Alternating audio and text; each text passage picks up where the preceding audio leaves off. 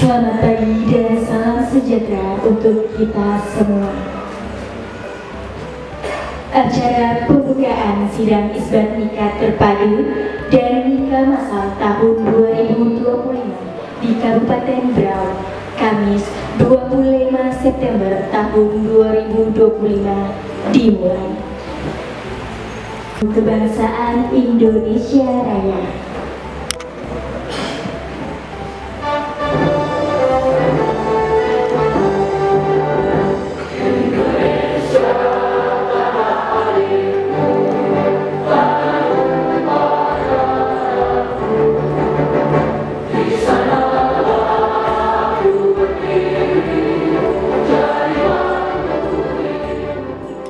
ربنا تقبل منا إنك أنت السميع العليم وتب علينا إنك أنت التواب الرحيم يا حي يا قيوم يا مجيب الدعاء السائلين ولا حول ولا قوة إلا بالله العلي العظيم ربنا آتنا في الدنيا حسنة وفي الآخرة حسنة وقنا عذاب النار وصلى الله على سيدنا محمد وعلى آله وصحبه ومن تبعهم بإحسان إلى يوم الدين سبحان ربك رب العزة عما يصفون. Kantor Catatan Sipil dan Ketip Blokok bertujuan yang pertama memberikan legalitas hukum kepada pasangan yang sudah menikah secara agama namun belum tercatat secara resmi oleh negara tahun-tahun yang akan datang, sehingga masyarakat yang kesulitan di dalam mendapatkan administrasi kependudukan atau pernikahan karena permasalahan biaya masih dapat kita bantu bersama-sama.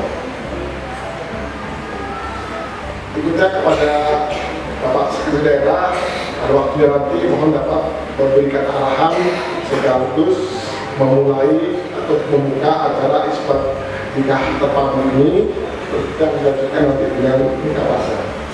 Demikian yang saya sampaikan. Terima kasih. Wassalamualaikum warahmatullahi wabarakatuh. Sambutan Ketua Pengadilan Agama Kabupaten Berau dalam hal ini diwakili oleh Wakil Ketua Pengadilan Agama kepada Ibu Haryasatun Nisa SHI MH dipersilakan. Berada di dalamnya, atau mungkin boleh juga melibatkan instansi lain yang terkait yang tujuannya adalah dalam rangka memberikan pelayanan kepada masyarakat, khususnya masyarakat di Kabupaten Berau ini. Tentunya pelaksanaan sidang terpadu ini memiliki tujuan. Ada 3 tujuan. Yang pertama, tentunya kegiatan ini sungguh sangat memudahkan masyarakat, khususnya di Kabupaten Berau yang wilayah ini tadi Tanjung Ledep, ya, Sambaliung, dan juga Gorontalo. Tentunya ini bisa mengurangi biaya waktu Bapak Ibu semua ya dalam mengurus administrasi kependudukannya. Kemudian yang kedua, kegiatan ini juga tentunya bisa menumbuhkan kesadaran Bapak Ibu semua akan pentingnya sebuah administrasi kependudukan guna memiliki kejelasan status hukum. Nah, bagi yang perkawinan yang belum tercatat, tadi kan Bapak Ibu merasa sadar, oh saya nggak punya akte nikah, saya harus mencatatkan bagaimana caranya. Pasti itu merupakan bentuk kesadaran dari Bapak Ibu semua akan pentingnya dari status hukum itu. Kemudian yang ketiga juga tentunya kegiatan ini bisa menumbuhkan atau memperkuat dan meningkatkan sinergi pengadilan agama dalam hal ini kepada seluruh instansi yang ada di Kabupaten Berau.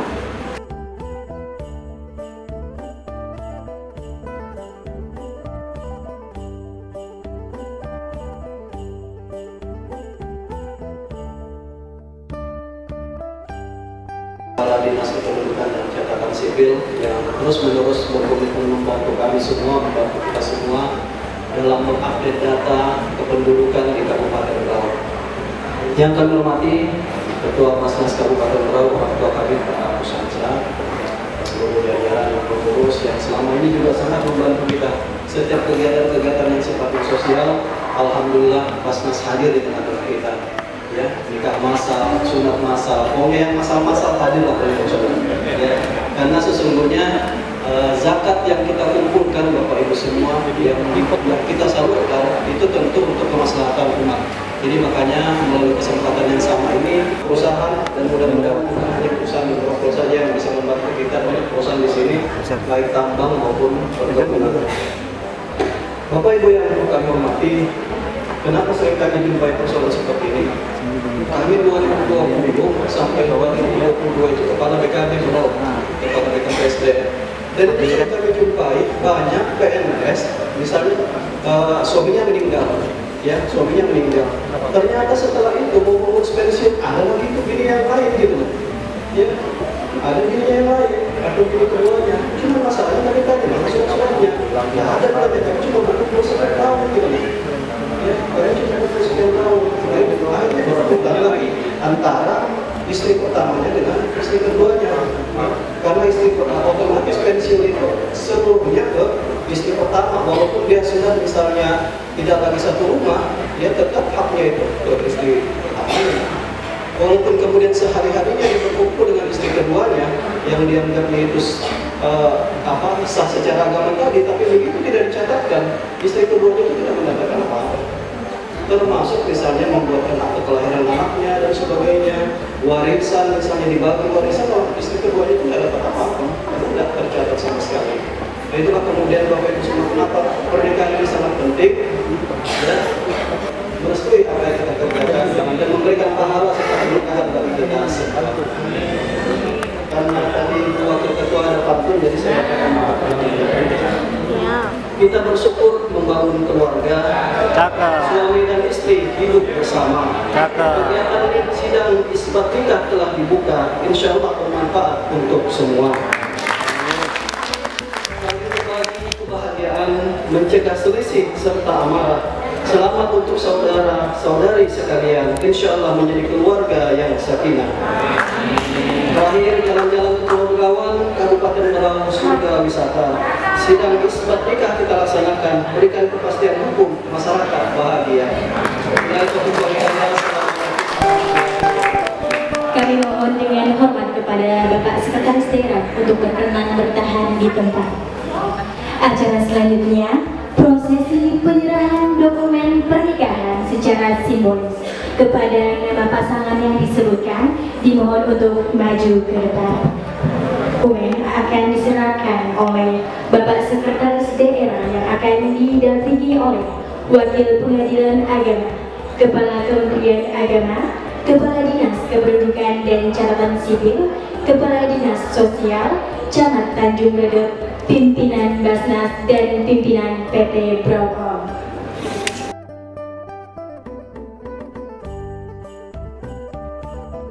Kepedulian pemerintah yang luar biasa untuk melegalisasi semua jenis-jenis perkawinan yang selama ini yang belum dicatatkan ke negara, untuk memberikan kepastian hukum, perlindungan hukum, yang termasuk memberikan perlindungan dan keamanan bagi keluarga. Kami panggil saksi-saksi dari Muhammad Hasan. Istri maupun anak Saksi-saksi dari Muhammad Hasan yang belum dicatatkan tersebut.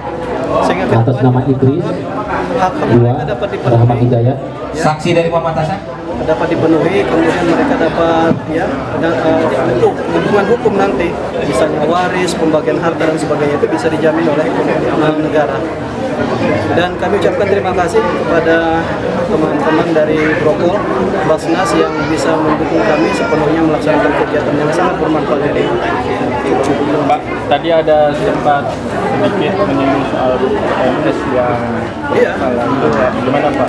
Jadi ya kalau kita bilang tidak ada. Jadi makanya ini kan beberapa kejadian seperti pada saat dia meninggal, kemudian muncul istri keduanya misalnya menuntut hak untuk mendapatkan pensiun dari seorang PNS. Nah, secara administrasi itu tidak dapat diakomodir karena pernikahan itu tidak dicatatkan. Lain halnya kalau kemudian dia mencatatkan pernikahan keduanya tersebut, otomatis mereka mendapatkan hak yang sama. Nah, dibagi oleh ahli waris baik istri pertama maupun istri kedua. Tapi begitu kemudian dia menikah tidak dicatatkan pada saat meninggal, istri kedua yang tidak mendapatkan legalisasi dalam bentuk surat nikah dan sebagainya itu tidak bisa diakomodir. Nah itulah sebenarnya kerugian-kerugian. Kenapa?